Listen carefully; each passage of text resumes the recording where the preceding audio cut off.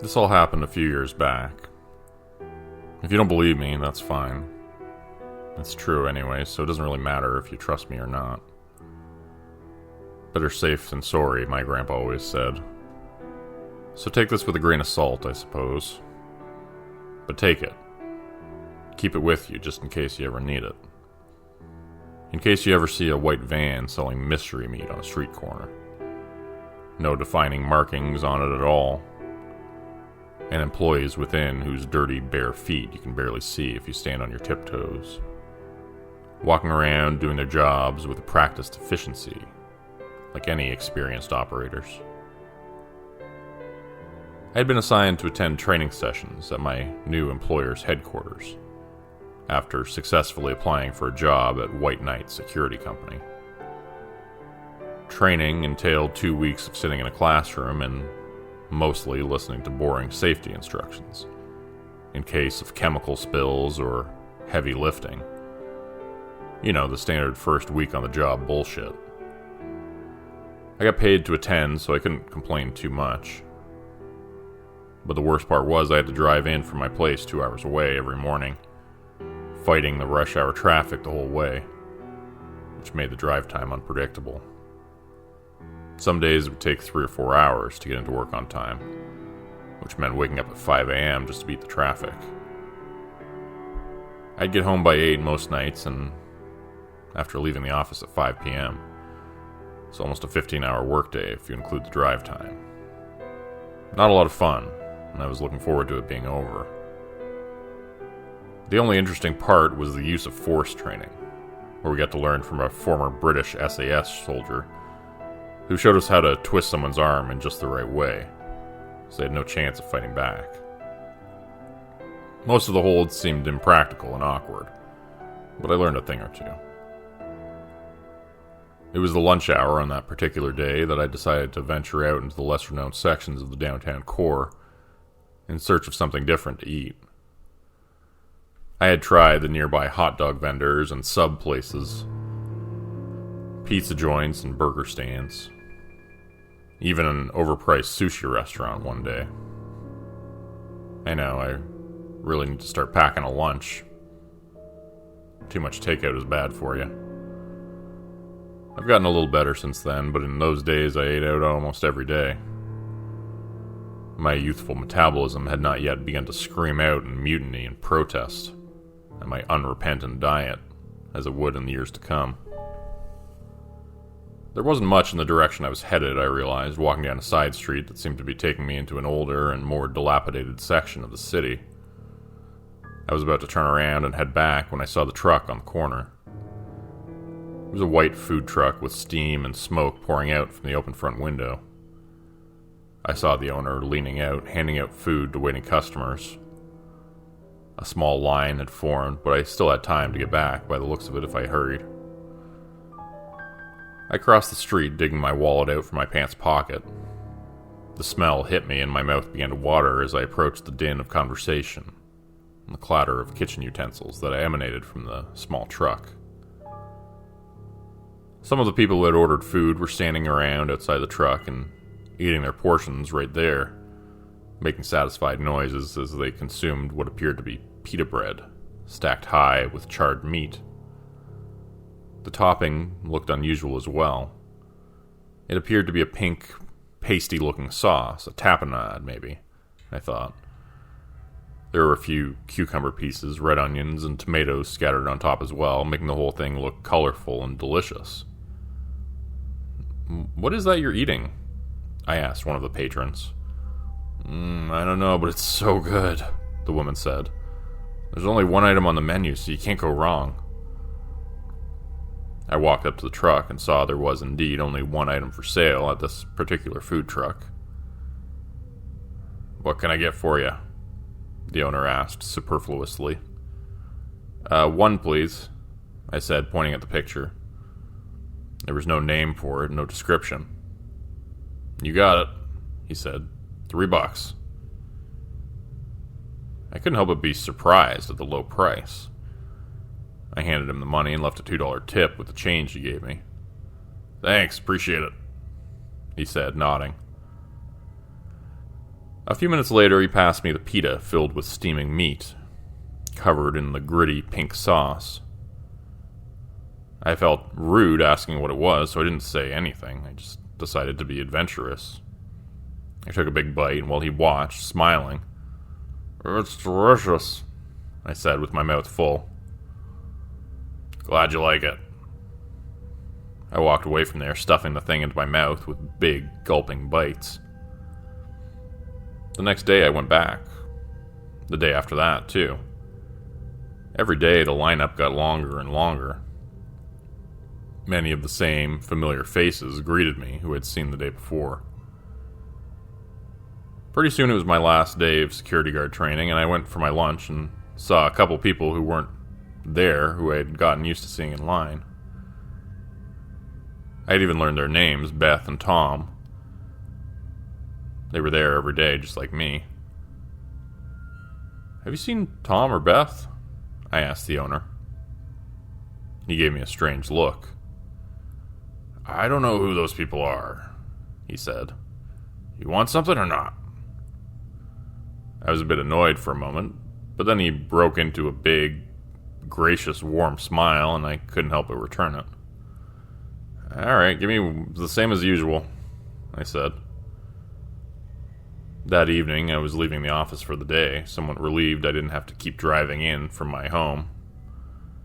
Now I could start working a regular 8-hour day, since my typical assignment would be closer to where I lived.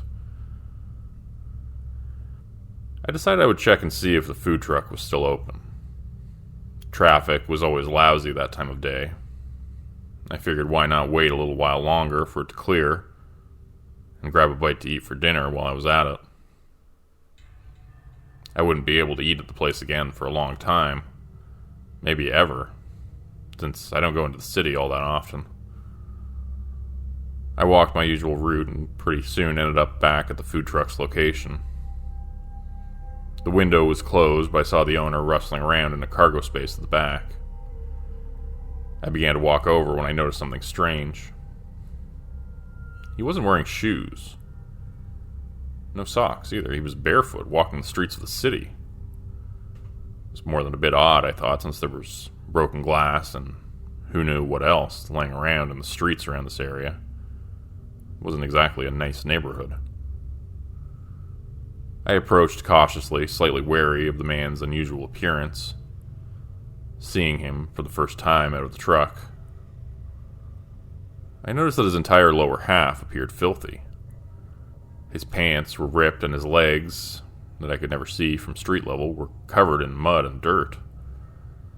He closed a compartment at the back of the truck, and I saw he was now carrying a black garbage bag, which he hauled back inside the van with an effort. The bag and its contents, whatever they were, appeared to be very heavy. Still fascinated, growing more and more curious, I crept forward, staying in the shadows away from the streetlights. It had gotten dark outside before I'd even noticed the sun going down. The tall buildings of the city blocked out the light, making me feel like I was entombed in a massive concrete shrine. A light bulb flickered overhead as I walked up towards the van. There was a small gap at the side where the window had been left slightly ajar, I noticed. Inching forward, I looked inside, my dinner suddenly forgotten about. All I wanted to know was what the hell was in that black garbage bag. I got my wish a second later as the barefoot owner of the food truck dumped out the contents of the bag on a steel table in the corner of the truck. There were a couple of kids and a woman standing around inside the food truck, wringing their hands anxiously. "I'm hungry, Mommy," the young boy said. "I know, honey, but it was a busy day. Daddy has to make a new roast for us and for all of our friends to eat, since everything we had got sold today. But don't worry, look at this one. She's just jumping at the chance to help us out." The woman I suddenly recognized as the one standing in line the first day I approached the truck was holding up the decapitated head of a regular customer. She was moving the mouth up and down, pretending it was speaking, using it as a dummy for some insane ventriloquist act for her children. I'm gonna be so yummy, I can't wait to go for a spin on the spit. She tried to close her mouth as she pretended the lifeless head was speaking. It was a poor attempt. The man was busy pulling out body parts from the black plastic garbage bag. I saw him remove an entire leg and begin to saw off pieces of it on a deli slicer. He made quick work of the fatty flesh, turning it into half-inch thick pieces. I stood there, fixed in place, unable to move. I was paralyzed, it seemed, as my jaw hung open. I watched what I had been eating for the last week, prepared by the owner of the establishment. The smell of familiar spices wafted through the gap in the window as I watched him shower the meat with brown and orange powder. Then he began to stack slice after slice onto a long metal pole with a spike at the end. He put them on one after another as his wife began to slice more meat for him. Don't worry about that, he said. Can you make some more sauce? We're running low on that too. I thought I couldn't have been more horrified, but I was wrong. My legs began to shake from fear. My bowels nearly let loose, and I began to gag and retch as I watched the next step in their secret family cooking process. The man used a large knife and began to cut the woman's head open like a ripe avocado. She started up above one ear and went all the way down the other side. Then she held the tip of the big chef's knife up to the same spot where she had started to dig in, spinning it for a few seconds. She then whacked the bottom of the knife handle with the palm of her hand, driving into the bone and into the skull of the dead woman's head. I saw the familiar blue eyes staring at me that I had seen for the past week. Melanie, her name had been. I remembered her telling me that. She had 2 kids and worked at a bank up the street. She had started going to the place around the same time I did. Her response when I asked about the place was that she had never seen it around here before. It was new to the neighborhood. But she was glad they were here. It was hard to find a good place to eat around the neighborhood. The price couldn't be beat. I heard the sound of the top of her skull hit the table as the man's knife finally took off the top of her head, exposing brain matter within. She reached into Melanie's head and plucked the brain from it like a piece of unagi from its shell. A long piece of something, nerves and spinal cord and other tissues, I would guess, became exposed as she hacked it off with her razor-sharp knife. Taking the brain across the room to the other counter and out of my sight, I heard her plop it down inside of something, and then I heard the whir of the blender start up and continue for a while as she whipped up a batch of their famous tapenade. The sound of the blender was so loud, it covered up the noise of the approaching footsteps behind me. I felt a sharp pain at the back of my head near the base of my skull and stumbled forward, seeing spots. Tough son of a bitch, huh? The voice from behind me said.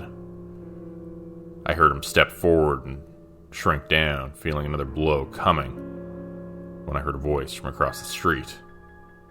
Hey, what are you doing? Get away from him! He ignored this and began to pull me up to my feet by my hair. He lifted the rock he held in his hand and prepared to bring it down on my skull once again. I managed to duck out of the way, but stumbled, dizzy and off balance, landing in the gutter with my head down. The man across the street yelled again, and I saw other people starting to head our way. The man with the rock huffed angrily and looked like he was about to leave me, but then hurriedly grabbed my wallet from my pocket. Tell anyone about this, and we'll make you into our next roadside special. Got it? The voice in my ear said. He walked away barefoot and jumped into the passenger side of the truck. I heard them start up the engine, and a black cloud of dust blew in my face from the exhaust. For the first time, I noticed there was no license plate on the vehicle, no restaurant name. There was no Instagram or Facebook address, no markings on the truck of any kind. A friendly face hovered over mine. It was a man looking at me with worried eyes. I I think we better get you to the hospital, man. That guy got you good. What were you looking at in that truck, anyways? He asked. Nothing, I said. I just, dying to know their secret recipe. I guess they weren't too happy about me spying on them. Well, he asked. Come on, I love that place. Their special sauce is ridiculous. Let's just say... I trailed off, thinking about the man's words in my ear. He had my wallet. He knew where I lived. It's, mackerel and olives, I said, thinking of how it had tasted salty and looked pink and grainy like tapenade. Ugh, mackerel? Really? The guy looked disappointed. Ugh, you'll never catch me eating there again. They say that stuff is brain food, but nuh-uh. No thank you. That's just gross if you ask me. I began to laugh at that. To howl. And he walked away as if I were a madman, leaving me bleeding on the side of the road, raving about the men with the filthy, shoeless feet.